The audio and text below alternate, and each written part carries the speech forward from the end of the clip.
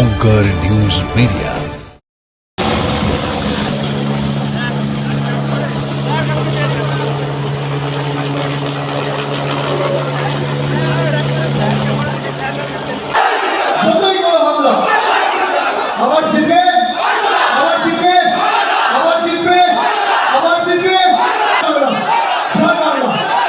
যতই কোনো হামলা যতই কোনো আমার মানুষের জন্য সবাই মিলে জোরদার করতালি, সবাই মিলে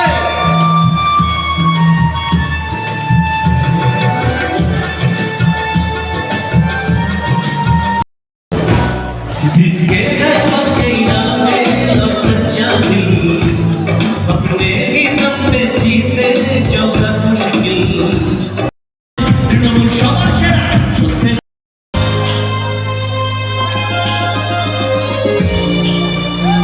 কোলাঘাটে বিধানসভায়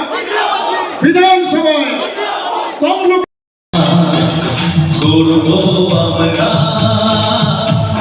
লড়বো আমরা আছে 1950 সালে যখন সংবিধান গ্রহণ করা সময় আছে এখনো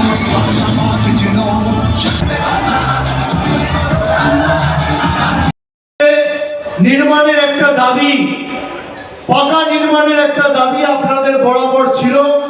চতুর্থবার সরকার হওয়ার পর আমাদের মামাটি মানুষের সরকার এই দাবিকেও অগ্রাধিকার দিয়ে দেখবে।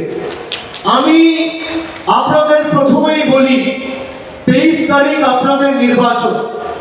শুধু এবার তৃণমূল কংগ্রেসকে বা মমতা বন্দ্যোপাধ্যায়কে চতুর্থবার ভোটে জেতানোর নির্বাচন এই নির্বাচন মানুষকে ধারাবাহিকভাবে গত 5 বছর নিপীড়িত, বঞ্চিত, লাঞ্ছিত, অত্যাচারিত, অবহেলিত, শোষিত করে রেখেছে।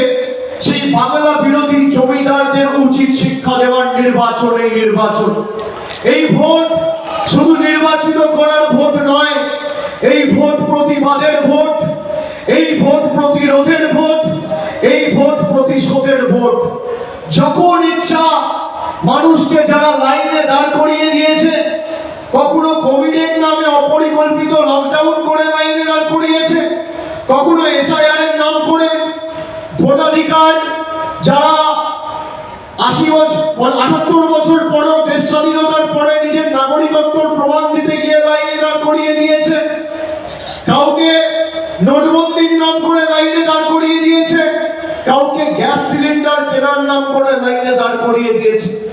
আগামী 23 তারিখ যখন আপনারা ভোটের লাইনে দাঁড়াবেন, মাথায় রাখবেন এই বিগত 5 বছরে যেভাবে আমাদের বাংলাদেশি রোহিঙ্গা বলে অপমানিত, অবহেলিত করেছে, জবাবটা লাইনে দাঁড়িয়েই আমাদের দিতে হবে।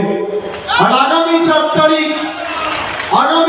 তারিখ ভোট বাক্স খোলার সময় এরা যেন বুঝতে পারে বাংলার মানুষ অন্য ধাতুতে তৈরি। আমাদের যত আঘাত করবেন, যত প্রহার করবেন, যত মারবেন, পোড়াবেন, কাটাবেন, যত আক্রমণ করবেন, আমরা তত লড়াই করার মানসিকতা আমাদের তত দৃঢ় হবে এবং লড়াইয়ের ক্ষেত্রে তত অঙ্গীকারবদ্ধ হব।